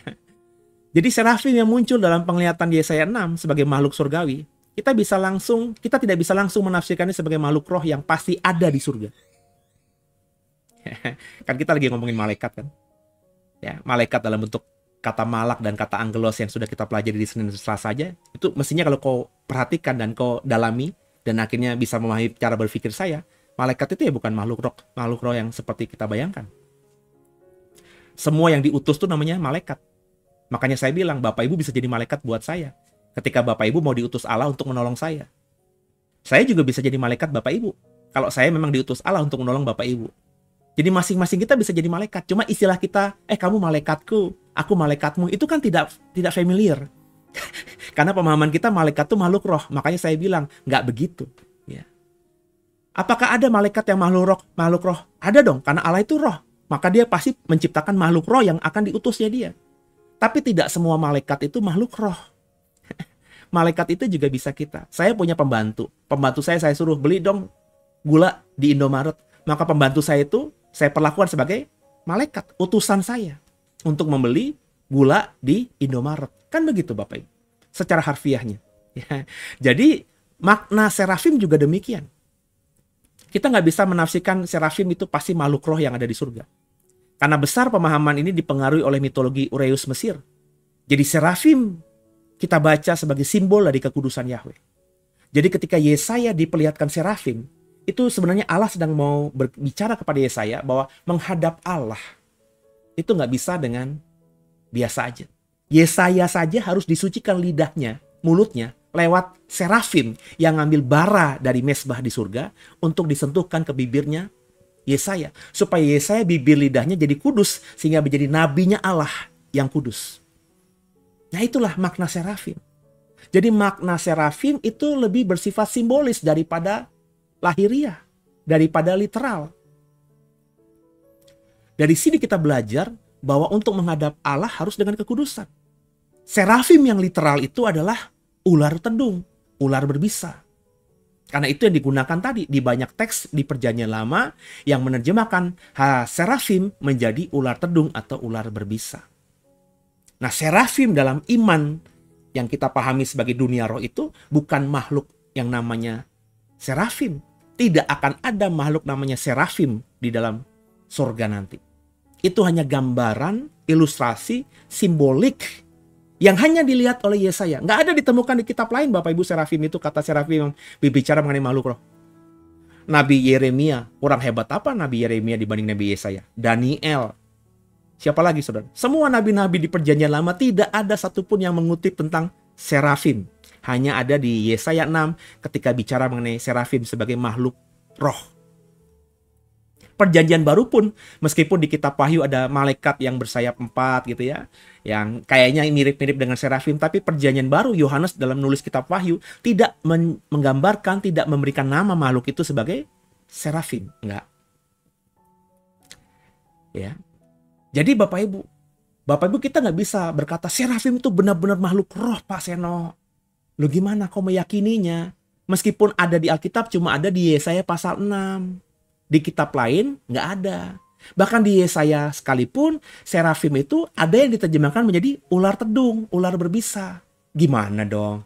Nah, Tapi kalau Bapak Ibu tetap kekeh serafim adalah makhluk roh, malaikat yang namanya serafim itu ada. Karena kau juga mendengar kesaksian-kesaksian orang yang katanya punya sixth sense, yang mengatakan bahwa di hierarki malaikat itu ada malaikat serafim yang tertinggi jabatannya. Ya silahkan aja lah. Karena saya berani yakin ada yang mengatakan serafim itu makhluk tertinggi itu dia ngomong dalam konteks kesaksian dia. Ya, di Alkitab nggak akan ada gitu.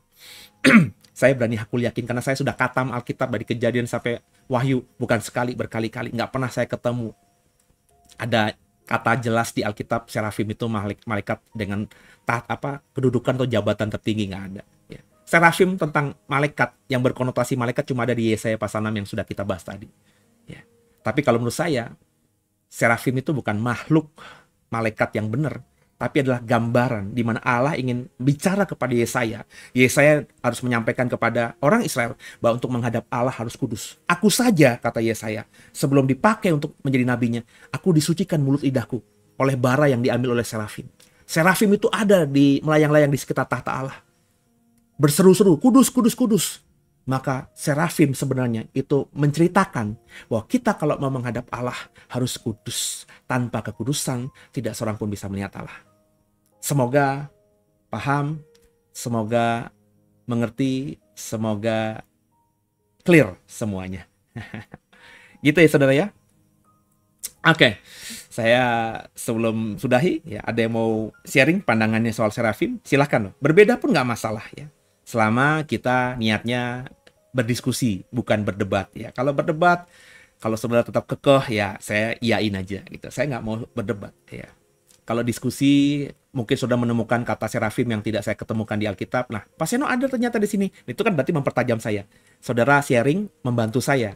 Tadinya saya tidak memahami, jadi paham. Itu bagus. Manusia menajamkan sesamanya itu keren. Tapi kalau niatnya untuk ya gontok-gontokan, ya nggak usah lah gitu ya. Saya juga nggak akan komentarin pendeta lain atau hamba Tuhan lain atau bahkan saudara. Kalau kita temenan di sosial media, kalau saudara berkata, serafim itu malaikat. Kalau ada pendeta yang mengatakan serafim bukan malaikat tuh pendeta nggak belajar. Saya meskipun tahu, andai kata saudara sedang nembak saya nggak akan balas, nggak akan komen juga di kolom sosial media saudara. Ya nggak apa-apa lah, setiap orang punya hak untuk mengajar apa yang dia imani, kan begitu. Saya menghormati. Meskipun saya tidak akan digoyahkan dengan apapun juga, karena saya punya pemahaman sendiri. Ada Bu Marice Tumangkeng di Instagram. Shalom Bu, apa kabar ya? Oke. Coba kita lihat ada komentar lain nggak? Tadi Bu Shelly sudah ya. Terus Bu Shelly lagi. Pasti bagaimana memberikan persepuluhan di zaman dulu? Apakah dari buah sulung? Beda Bu. Kalau persepuluhan dan buah sulung itu berbeda. Saya sudah pernah khotbahkan ini ya. Cuma memang kalau saya ngomongin soal persembahan, soal uang-uangan tuh di The Way itu agak kelu lidah saya ya. Saya takut dipahami, wah kalau Pak Seno khotbah soal persepuluhan, persembahan buah sulung, semua persembahan dikhotbahkan diulang-ulang. Saya takut kesannya jadi saya seperti pendeta mata duitan gitu. Ya. Jadi saya jarang sekali ngomong, tapi sudah saya ajarkan, ya. Mau didengerin, mau diikuti ya terserah. Karena bagi saya diajarkan karena itu kebenaran. Tapi saya tidak mau tekankan soal persepuluhan, soal persembahan buah sulung, saya tidak tekankan. Tapi itu faktanya ada di Alkitab kok. Nah, karena Ibu bertanya, saya jelaskan singkat aja Bu ya. Nanti kalau mau detailnya, Ibu bisa cari di YouTube kami, ya misalnya persepuluhan. Ibu masuk di YouTube kami, The WBSD gitu ya. Tinggal cari aja khotbah persepuluhan, pasti akan ketemu ya.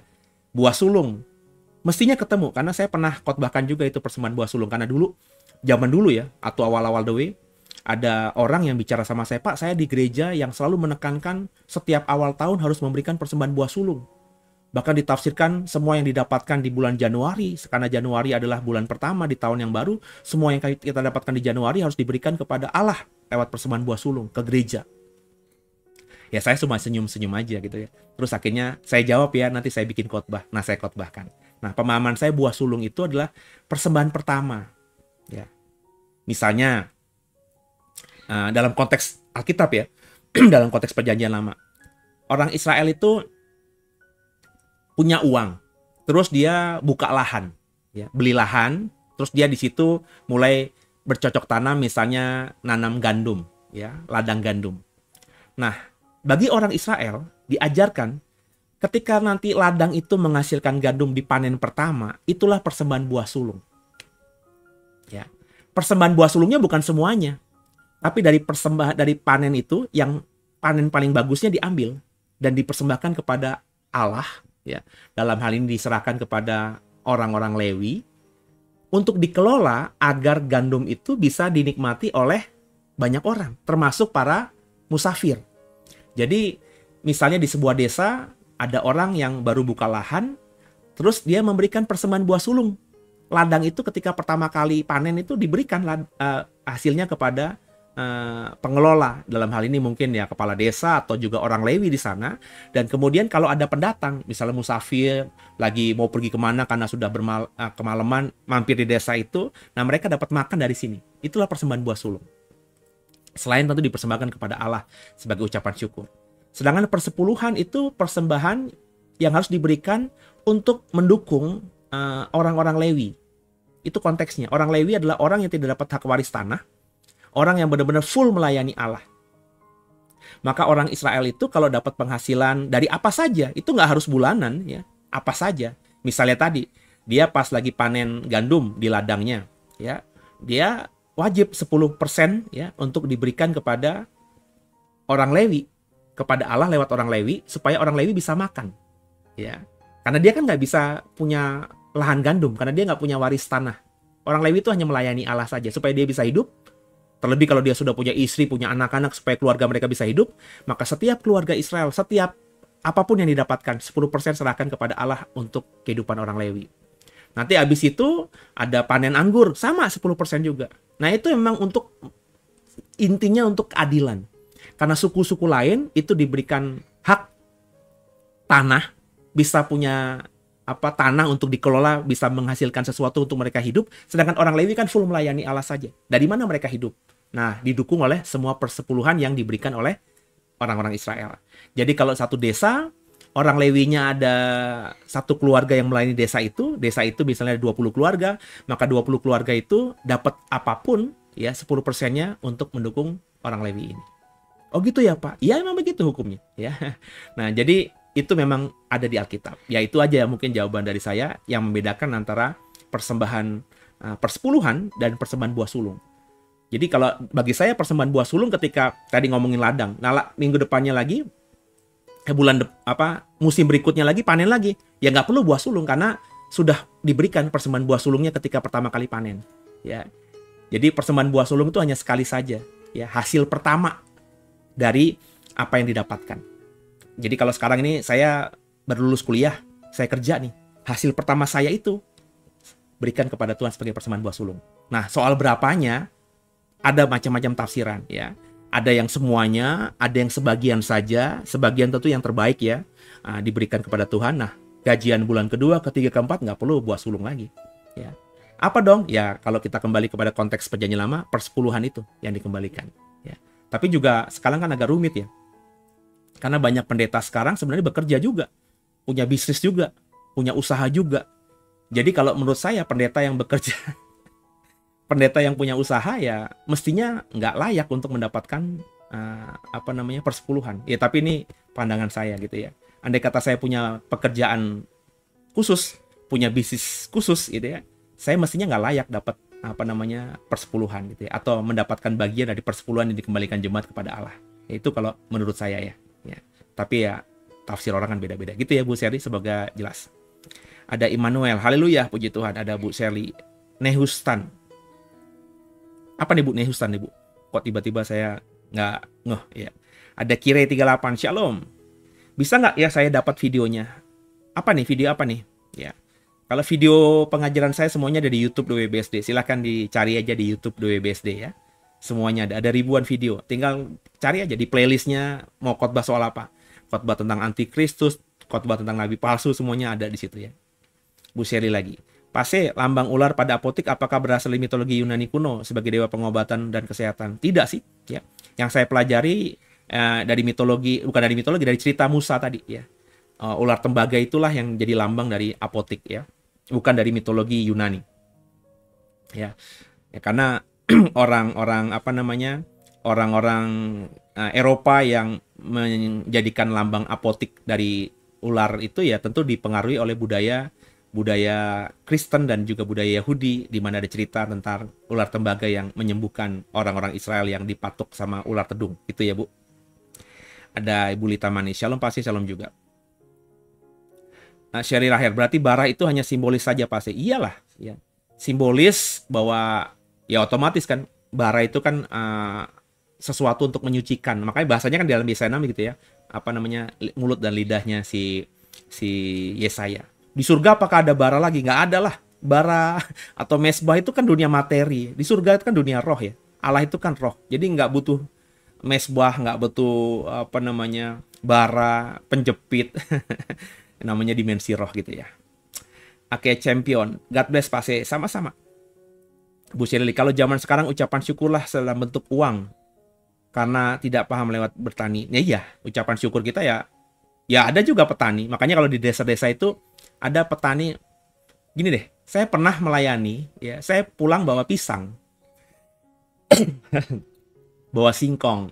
Ya, bawa hasil panen, terutama kalau saya dulu, saya pernah melayani di Toraja. Bapak Ibu tahu nggak? Saya dapat persepuluhan daging babi. Jadi saya ke Toraja, saya melayani, ada keluarga potong babi gitu ya, babinya beberapa, saya dapat persepuluhannya ya. Jadi daging babinya saya dapat gitu ya. Dalam hati saya geli juga ya. Persepuluhan kok daging babi? Kalau ngomongin daging babi, babi haram di perjanjian lama gitu ya. Tapi mereka istilahnya ini persepuluhan Pak buat hamba Tuhan. Nah tapi problemnya saya kan bukan orang Toraja. Saya ke Toraja hanya melayani beberapa hari saja. Kalau dikasih daging babi, gimana cara bawa pulang ke Jakartanya gitu? Masa saya bawa daging mentah dari Toraja ke naik pesawat ke rumah saya? Tapi itu budaya mereka. Jadi diberikan, ya akhirnya saya kasih sama orang yang menampung saya, yang rumahnya saya tinggalin. Ini Bu, saya dapat ini Bu.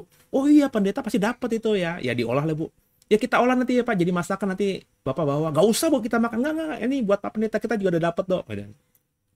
Jadi akhirnya dimasakin sama mereka. Saya masih inget dimasak pakai bambu gitu ya. Jadi babi asap gitu ya, dipakai bambu, dibakar gitu lama gitu ya. Terus saya di packaging pakai tempat gitu kayak lock and lock begitu ya. Terus di wrap begitu sedemikian rupa supaya nggak tumpah-tumpah, dan saya bawa satu untuk saya bawa pulang gitu ya. Jadi seperti itu. Di daerah-daerah masih ada orang yang memang kalau dia bertani, dia mau kasih persepuluhan apa? Ya persepuluhan hasil buminya dia yang dia dapat. Bagi saya nggak masalah gitu ya. Cuma kalau kita hidup di kota ya kan nggak bisa ya. Kita kan dapatnya kan bentuknya uang gitu ya. Jadi persembahan kita kepada Allah ya dalam bentuk uang yang kita berikan ke gereja. Yang memberikan ke Allah gimana caranya? Jadi gereja yang kita berikan, nanti gereja mengelola, gereja yang melakukan aksi sosial dan lain sebagainya, gereja juga yang menghidupi Lewi di situ gitu ya, dan seterusnya gitu ya. Oke, saya rasa sudah ya. Ada Pak Denny di YouTube ya. Shalom Pase, sama-sama Pak Denny. Ya, ada Bu Tracy juga. Shalom, selamat pagi di Instagram. Oke, saya rasa sudah. Kita akan akhiri pagi berkat pada hari ini. Paling nggak saya sudah menjelaskan serafim dalam pengertian aslinya ya. Jadi semoga paham, dan besok kita akan ngomongin keruvim. Jadi serafim kalau bagi saya ya bukan malaikat lah ya. Ya, itu hanya simbol atau makna yang dalam ya tentang apa yang dilihat Yesaya di dalam Yesaya pasal 6 gitu ya. Serafim bisakah gambaran suasana surga yang nyata, DNG? Iya, serafim merupakan bagian dari gambaran atau penglihatan surga yang dilihat oleh Yesaya. Iya Pak. Iya. Tapi kalau serafim merupakan gambaran surga yang nyata, enggak, karena surga juga dalam penglihatan Yesaya tadi kan ada mesbah ya Pak ya. Ada bara ya. Terus tentu ada makhluk-makhluk lainnya, ada tahta. Jadi gambaran surga itu bukan cuma serafim. Serafim adalah bagian dari gambaran surga yang dilihat dalam penglihatan Yesaya. Gitu. Penglihatan. Itu yang paling tepatnya. Gitu ya. Oke. Apa saja 5 kata yang di 1 Korintus 14:15? Apa nih Pak Susanto? Ya. Tolong dijelaskan maksudnya ya. Oke, kita tundukkan kepala, kita doa. Bapak, kami mengucap syukur buat hari ini kami belajar tentang serafim ya. Serafim yang kami temukan yang berkaitan dengan makhluk surgawi ternyata hanya ada di Yesaya pasal 6. Sedangkan di tempat lain di Yesaya, serafim itu bahkan diterjemahkan menjadi ular berbisa atau ular tedung.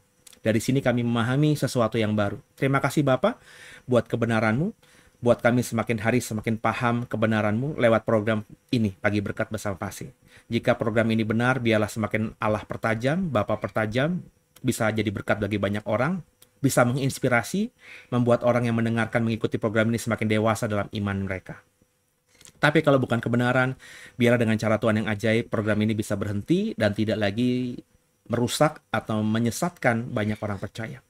Hamba siap mempertanggungjawabkan jika memang program ini salah di hadapan-Mu Bapa. Terima kasih buat segala-galanya. Kami serahkan semua dalam tangan-Mu. Dan kalau memang dalam Tuhan, jalannya Tuhan, semua program pelayanan The Way BSD diberkati. Semua yang kami lakukan di Instagram, di YouTube, di TikTok, maupun di Facebook, maupun di Spotify, Tuhan berkati luar biasa, agar semakin banyak orang yang kenal diri-Mu, kenal kebenaran lewat apa yang kami kerjakan. Dan biarlah semua rekan-rekan di sini yang setiap hari pagi mendengarkan, bahkan setiap malam, program malam juga diikuti. Bahkan ada beberapa mereka yang sudah jadi membership dari YouTube WWSD. Mereka semakin diberkati luar biasa dan semakin jadi alatnya Tuhan untuk memberkati. Semua yang sudah menyapa hamba di live chat diberkati luar biasa. Hidup mereka di kami sini diberkati. Yang masih ada di TikTok diberkati. Ada Yosua, ada Bu Shirley, ada akun champion, Abigail, Immanuel, SL Punya Kuasa, Jobro Matua, ada Bu Iren, ada Mami Martin, ada Ibu Ida, ada Pak Susanto, ada Pak Dedi, ada Bu Tisa, ada Bu Deti, ada Berta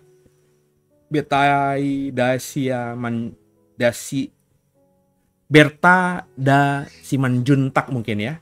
Ada Ibu Afida Bunga, ada Pak Santo Allegro, Penuh Warna, SNI 78, Hermanus Daniel, Surya Alison, semua hamba-hambamu ini diberkati luar biasa. Yang sudah live juga diberkati luar biasa, yang nanti ikuti siaran tunanya juga diberkati luar biasa. Berkati juga yang sudah menjadi rekan sekerja dengan membantu men-sharingkan program ini kepada yang lainnya, membantu untuk mengenalkan program ini kepada orang Kristen lainnya, yang sudah mendukung lewat doa, mendukung dengan dana, memberikan persembahan perpuluhan kepadamu lewat kami. Kami doa agar semuanya diberkati luar biasa, dan kami yang diberkati bisa mengelola berkat itu, sehingga pelayanan The Way BSD ini semakin jadi berkat bagi banyak orang. Terima kasih buat segala-galanya. Berkati pemerintah kami, berkati presiden kami, berkati jajaran pemerintahnya agar semakin hari semakin luar biasa. Sudah 100 hari mereka berkuasa. Biarlah 100 hari ke depan Indonesia semakin melihat dampak yang baik dari pemerintahan rejim yang baru ini. Berkati gereja-gerejamu, apapun merek gereja, hamba Tuhan yang melayani dengan tulus, Tuhan berkati luar biasa. Dan kami mau akhiri program ini, dan kami mau jalani hari kami sini dalam nama Yesus Kristus, Anak Allah yang hidup, penyelamat kami, juru selamat kami yang sudah mengajar kami berdoa. Bapa kami yang di surga, dikuduskanlah namamu. Datanglah kerajaanmu, jadilah kehendak-Mu di bumi seperti di surga. Berikanlah kepada kami pada hari ini makan kami yang secukupnya, dan ampunilah kesalahan kami seperti kami juga mengampuni orang yang bersalah kepada kami. Dan janganlah membawa kami ke dalam pencobaan, tapi lepaskanlah kami daripada yang jahat, karena Engkau memiliki kerajaan, dan kuasa, dan kemuliaan, sampai selama-lamanya. Haleluya. Amin. Kasih Tuhan biji mata Tuhan. Terima kasih ya, ditemenin ya. Ada Bu Berta Simanjuntak ya Bu ya. Amin ya. Benar Ibu, Simanjun itu Simanjuntak ya Bu ya? Boru Simanjuntak ya Bu ya? Horas Bu. Oke, ada Bu Leli Majo juga. Shalom, santun pagi Papan. Sama-sama Ibu, shalom juga. Nah ya benar ya. Saya takut salah Bu. Ya. Oke, Bu Teni masih. Amin, amin. Oke ya. Bapak Ibu, terima kasih ditemenin. Besok jangan lupa join lagi pagi-pagi. Kita akan ngomongin tentang makhluk yang dianggap orang Kristen itu juga bagian dari malaikat, yakni kerubim. Apa sebenarnya kerubim itu? Ya, jadi siapkan kantong anggur yang baru ya. Kalau dengerin saya, pokoknya siapin kantong anggur yang baru ya. Ya, bertanya sama Roh Kudus, dekat dengan Allah juga ya, supaya Bapak Ibu bisa tercerahkan. Kalau masih dengan kantong anggur yang lama, nggak mungkin dapat sesuatu yang saya bagikan, gitu ya. Dan saya rindu Bapak Ibu mengenal Allah, mengenal Yesus Kristus seperti saya mengenal mereka. Maka apa yang saya dapatkan dari mereka, saya bagikan semua kepada saudara. Ya, saya tidak mau punya hutang, ada sesuatu yang saya sembunyikan hanya untuk saya sendiri. Ya, saya sudah siap menanggung resikonya, dan saya sudah menanggung resikonya. Ya, dihujat banyak orang, dianggap sesat oleh banyak orang, nggak apa-apa. Karena kerinduan saya nggak butuh kok untuk punya banyak pengikut, misalnya contoh ya, ribuan orang, nggak, 1-2 orang aja yang paham akan kebenaran yang saya bagikan, itu lebih luar biasa ya. Jadi saya tidak lagi ngomongin soal kuantitas, tapi ngomongin kualitas. Semoga saudara paham. Kalau mau belajar lebih lagi bersama saya ya, Bapak Ibu masuk ke YouTube ya, jadi member di YouTube kami. Atau kalau mau mudah, tinggal lihat di deskripsi, baik di TikTok, di Instagram, di YouTube, di Facebook. Nanti di situ ada link bagaimana jadi member. Kalau nggak ngerti juga, ada nomor WhatsApp kami yang bisa Bapak Ibu temukan di deskripsi. Hubungi nomor WhatsApp kami, minta dibantu bagaimana menjadi member dari YouTube WBSD. Setiap hari saya mengajar. Hari ini saya mengajar tentang hal yang juga dalam sekali Bapak Ibu ya. Jadi semoga disambut semuanya. Kalau jadi membership dari Senin sampai Sabtu, saya akan mengajar khusus untuk membership materi-materi yang sangat tajam ya, yang sampai sekarang saya belum bisa bagikan di dalam khotbah hari Minggu. Gitu saudara ya. Sampai jumpa dan God bless you. Yesus bless you more and more. Sambil saudara pergi menjalani aktivitasmu keluar di link ini, saya temani dengan sebuah lagu pujian penyembahan.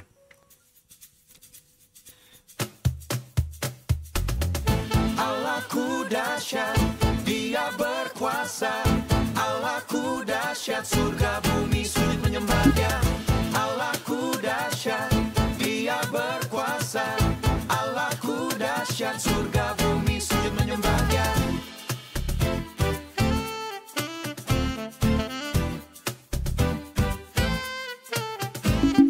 Bapak Ibu yang sudah ngapresiasi lewat bunga, hati, terima kasih ya di TikTok ya. God bless you ya. Bu Berta juga, God bless Bu. Dari utara ke selatan terdengar pujian bagi Allah. Dari barat sampai ke timur, nama Yesus disanjung tinggi. Dari pulau-pulau, lembah-lembah, gunung-gunung yang tinggi, kemuliaannya disaksikan, kebenarannya diceritakan. Yesus, Yesus, nama Yesus disanjung tinggi. Dari pulau-pulau, lembah-lembah, gunung-gunung yang tinggi. Allahku dahsyat berkuasa, seluruh bumi sujud menyembah, tinggikan namamu. Allahku dahsyat berkuasa, seluruh bumi sujud menyembah, tinggikan namamu.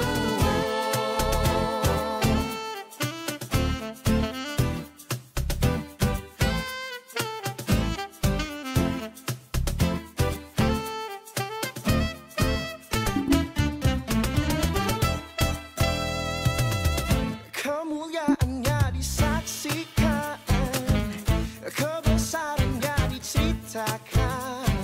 Yesus, Yesus, nama Yesus disanjung tinggi. Dari pulau-pulau, lembah-lembah, gunung-gunung yang tinggi. Allahku dahsyat berkuasa, seluruh bumi sujud menyembah, tinggikan namamu. Allahku dahsyat berkuasa, seluruh bumi sujud menyembah, tinggikan namamu.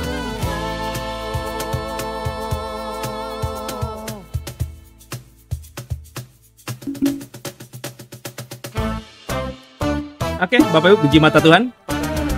Saya undur diri. Sampai jumpa. Hari Sabtu jangan lupa kita ada kelas Tiranus bagi membership YouTube WBSD. Saya akan mengajar di situ via aplikasi Zoom ya. Semoga semua bisa ikut dan semakin diberkati. God bless you. Yes, bless you more and more. Saya undur diri. Haleluya.